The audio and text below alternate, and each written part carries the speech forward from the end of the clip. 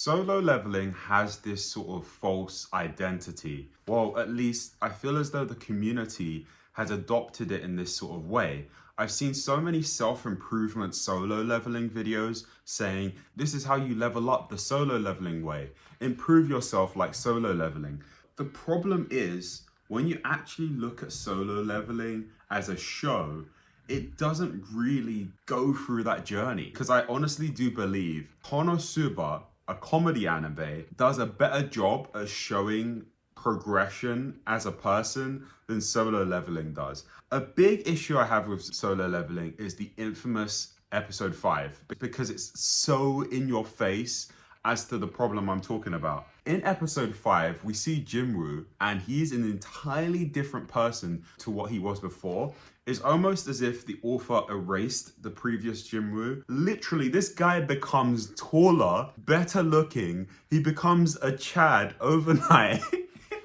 He changes into a different person. We go from one guy to another guy, and just within an episode. If we started off with Jinwoo like this, and the first 4 episodes were sort of a prologue flashback that we came back to later, I feel as though I'd have a lot less of a problem with solo leveling. But it's like, we start off with Jinwoo and we're like, oh, he's weak, but he went through this traumatic experience with the giants and stuff. And he's changed and he's leveling up and he's got this system that helps him to level up. But then he goes through such dramatic growth in such a short amount of time. I was watching this really amazing video where he broke it down, and he explains this as well. Like, in the first dungeon, we see that there's these different enemy types. There are these sort of like trollish things, they're the wolves, and then there's that massive snake thing. He goes from being super weak to where the wolves are really hard for him to beat. He beats one, and then suddenly he beats 12, and then suddenly he's able to beat that massive snake with just using the strength he got from that one dungeon. And it's like, he was barely able to keep up with those sort of trollish type things when he first got into the dungeon. Then all of a sudden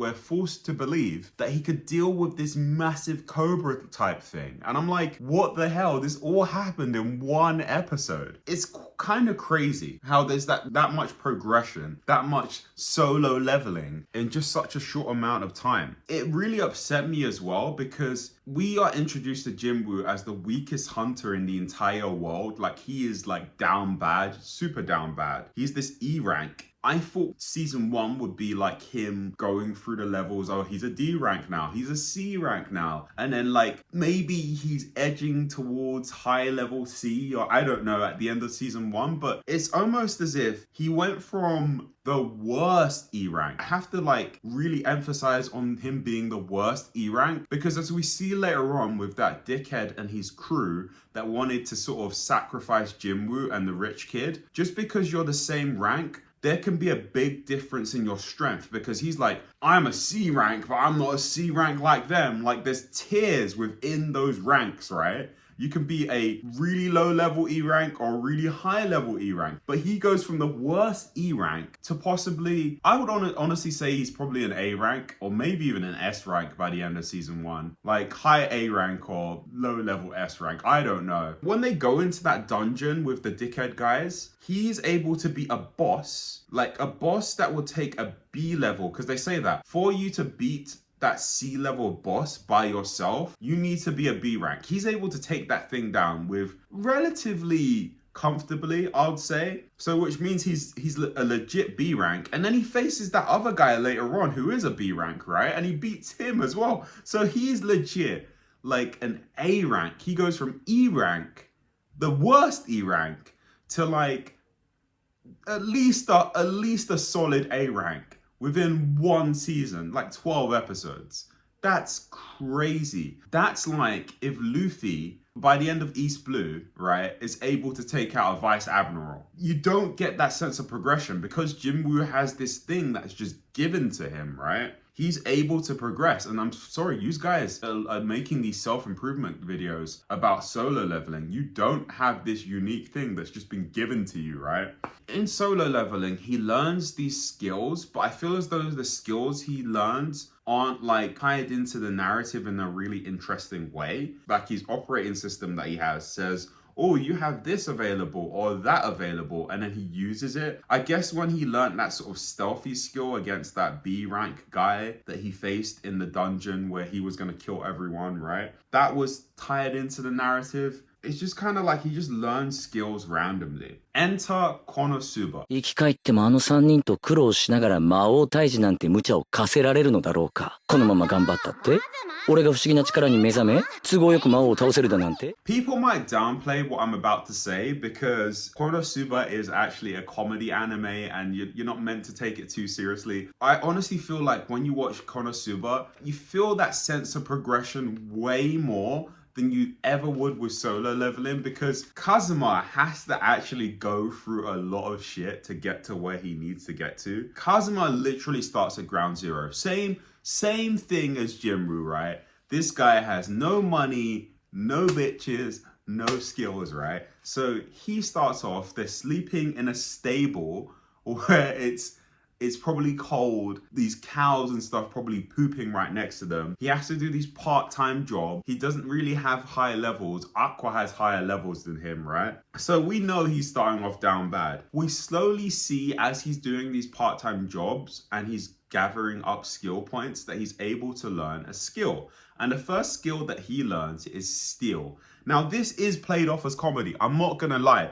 But the narrative, the way it is, it weaves learning skills into the story in a really unique way to where someone has to demonstrate how the skill works first to the person. Then they're able to enable it using their sort of player character paper thingy, ID, whatever, and learn the skill. So he learns steal from the stealthy girl and he steals her panties, which again is a jokey thing.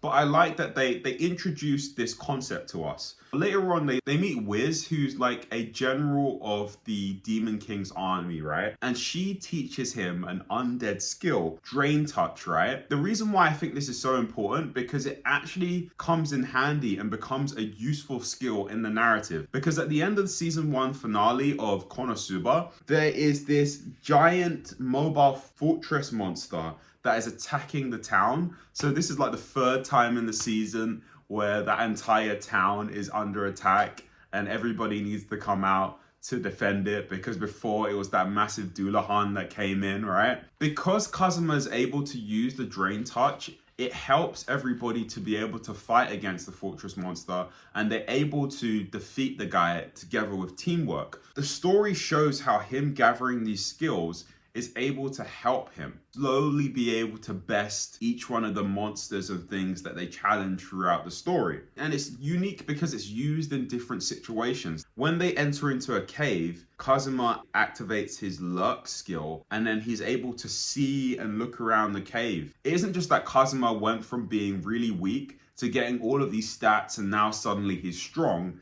He's learning these different skills and utilizing them in different and interesting ways. I feel a real sense of progression when I watch Konosuba because it took a whole season pretty much for Kazuma to go from being in this lowly little stable to actually finally getting a house. And when they do get that house, it's not like, oh man, we've just given you this house because you completed a quest.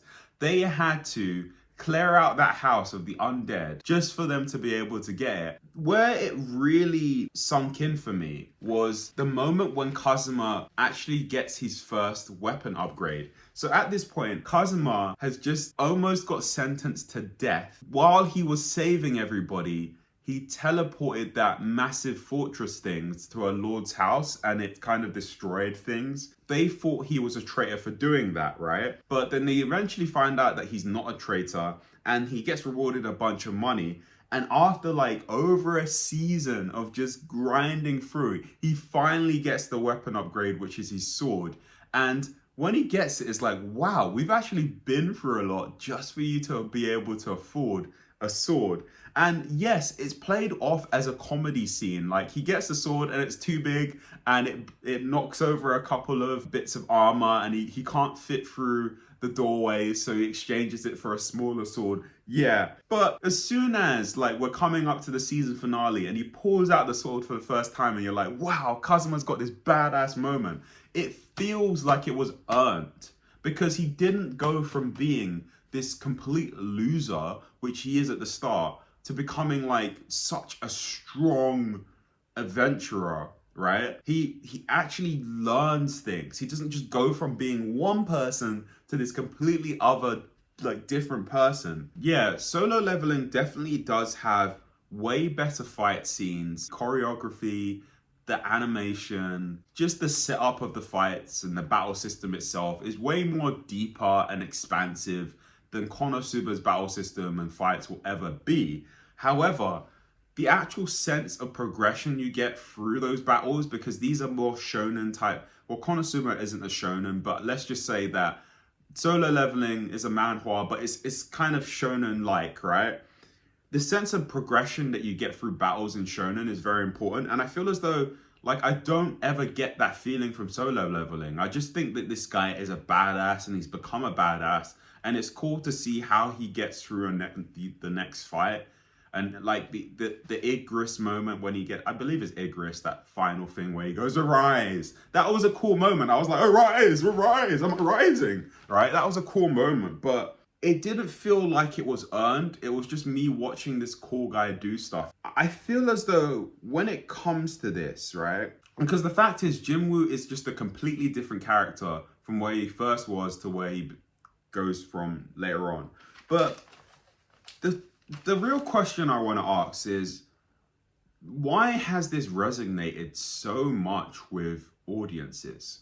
Because in my day, back in my day, right, shonens used to be slower paced. I grew up on, well, when I was really young, I grew up on Dragon Ball Z, but the first of the big three that I watched was One Piece on Toonami, right?